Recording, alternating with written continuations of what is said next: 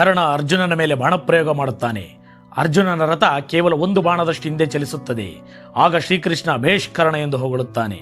ಆಗ ಅರ್ಜುನನಿಗೆ ಶತ್ರುವನ್ನು ಹೊಗಳಿದ ಕರ್ಣಕ್ಕೆ ಮತ್ತು ಕೇವಲ ಬಾಣದಷ್ಟು ಹಿಂದೆ ಸರಿದಕ್ಕೆ ಇಷ್ಟೆಲ್ಲ ಪ್ರಶಂಸೆಯನ್ನು ಕಂಡು ಕುಪಿತನಾಗಿ ಏಕೆ ಈ ರೀತಿ ಮಾಡಿದೆ ಕೃಷ್ಣ ಎಂದು ಸ್ವಲ್ಪ ಸಿಟ್ಟಿನಿಂದಲೇ ಪ್ರಶ್ನಿಸುತ್ತಾನೆ. ಎಲ್ಲಿಯ 100 ಯೋಜನ, ಎಲ್ಲಿಯ ಒಂದು ಬಾಣದ ದೂರ, ಹೋಲಿಕೆ ಸಾಧ್ಯವೇ ಇಲ್ಲ ಎಂದು ಅರ್ಜುನ ಹೇಳುತ್ತಾನೆ.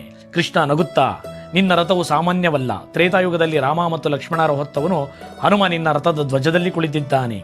ಬ್ರಹ್ಮಾಂಡವನ್ನೇ ತನ್ನ ಉದರದಲ್ಲಿ ಧರಿಸಿದ ನಾನು ನಿನ್ನ ಸಾರಥಿಯಾಗಿರುವೆ.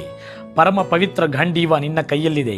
ಇಂತಹ ಮಹೋನ್ನತವಾದ ರಥ ಜಗತ್ತಲ್ಲಿ ಬೇರೆಲ್ಲೂ ಇಲ್ಲ. ಇಂತಹ ರಥವನ್ನು ಒಬ್ಬ ಯೋಧ ತನ್ನ ಬಾಣದಿಂದ ಒಂದು ಬಾಣದಷ್ಟು ಹಿಂದೆ ಸರಿಸಿದಂತಾದರೆ ಅವನ ಪರಾಕ್ರಮವೆಂತಿರಬಹುದು ಎಂದು ತಿಳಿಸಿದಾಗ ಆ ಕ್ಷಣ ಅರ್ಜುನ ತಲೆದೂಗುತ್ತಾನೆ. ಕರ್ಣ ಇಷ್ಟು ಪರಾಕ್ರಮಿ ಆದರೂ ಕೂಡ ಧರ್ಮದ ಪರ ನಿಲ್ಲದೆ ಸಾಕಷ್ಟು ಅಧರ್ಮದ ಕಾರ್ಯಗಳನ್ನು ಮಾಡಿ ಅವನ ಕರ್ಮಫಲವನ್ನು ಅನುಭವಿಸುತ್ತಾನೆ. ಈ ದಿನವನ್ನೇ ಕರ್ಣಪರ್ವ ಎನ್ನುತ್ತಾರೆ. ಆ ದಿನದ ಸೂರ್ಯಾಸ್ತದ ವೇಳೆಗೆ ಕರ್ಣನ ಅಸ್ತವೂ ಆಗುತ್ತದೆ. ಧನ್ಯವಾದಗಳು ಕನ್ನಡಿಗರೇ.